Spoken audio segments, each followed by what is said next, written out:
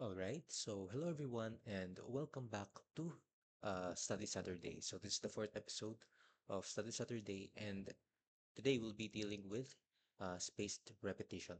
So it is another study technique that you can utilize to be more effective in your studies. So it is a type of active recall, another active recall technique. So without further ado, let us begin since this would just be a short one, really.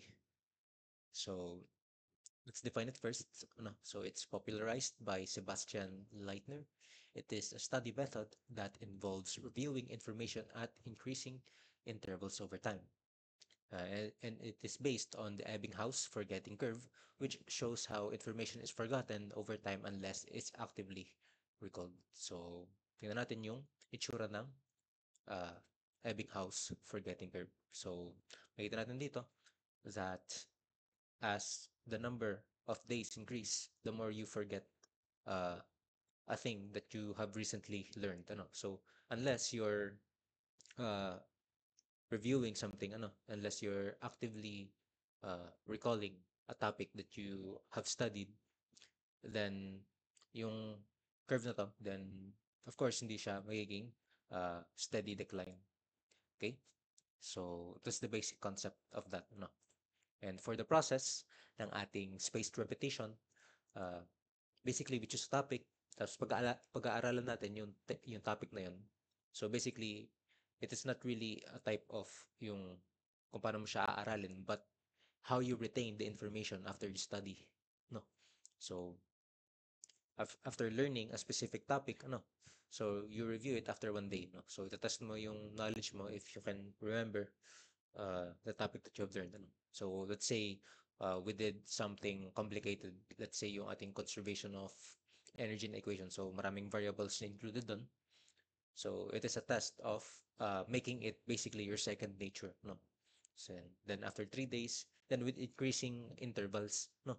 So parami ng parami yung intervals until uh, that knowledge is ingrained into you. No? So dito nag-increase ng 4 days, and then ito medyo malaki yung interval, 14 days, but it really tests how you can retain the knowledge. And actually 7 days nga pala yung interval dito. So, and of course it has its pros and cons din naman ng ating spaced repetition. So for the pros, it boosts long-term retention. So as I have said earlier, it is time efficient, no? So, if ginagawa mo na yung process, time efficient na siya since review na lang, no? But I'll talk about the con later. So, it is data-driven learning, since we're uh, pretty much repeating, no? We're repeating what we have learned and making it so that we remember every single detail of it. So that's what makes it data-driven, no? And it is ideal for then subjects. Let's say, yun nga, when we're trying to learn complex equations such as the conservation of energy, as well as, let's say, you're trying to learn a language. So magandang technique siya, yung ating spaced repetition for those types of dense subjects where most of your attention is needed. Okay? And it also works well with active recall. So if you are doing other active recall techniques, then magpe-pair well siya dito. Okay? So now for the cons, of course, it has its own downsides as well. So it requires consistency, no? Since and yeah, you have to be consistently reviewing what you have studied, no? And that makes it repetitive or boring, which is another con, no? And ayun nga, initial setup takes time. Since you have to plan what you need to learn and you actually have to learn that topic before you apply spaced repetition. So in a way, parang conditional siya. And ayun nga, it takes time before you can apply this technique. No? And it is not great for deep understanding. Uh, kumbaga, it works on concepts, but yun sa application, you may have to do other things aside from that. So parang applicable yung ating spaced repetition sa mga topics like when we are trying to deal with yun nga, basic concepts, but for applications like problem solving, hindi siya masyadong okay.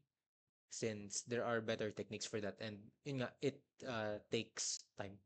And lastly, there's a risk of overloading as well, since if medyo mabigat yung inaaral mo, then there's a chance that you may get overwhelmed by it, no? So ayun, uh, I think it's an effective technique overall.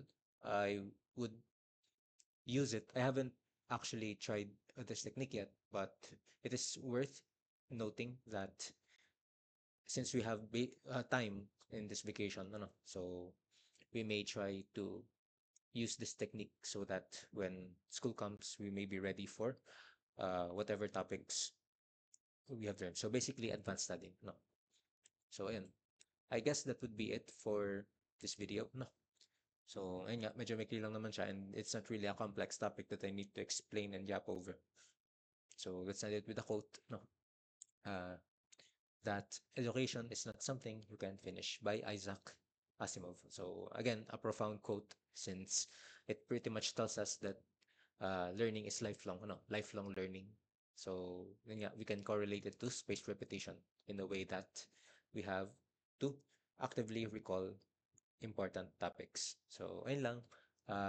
Thank you guys for tuning in for Study Saturday, and I'll see you guys tomorrow sa ating skill set Sunday. So ayun lang. Thank you guys, and goodbye. Happy learning.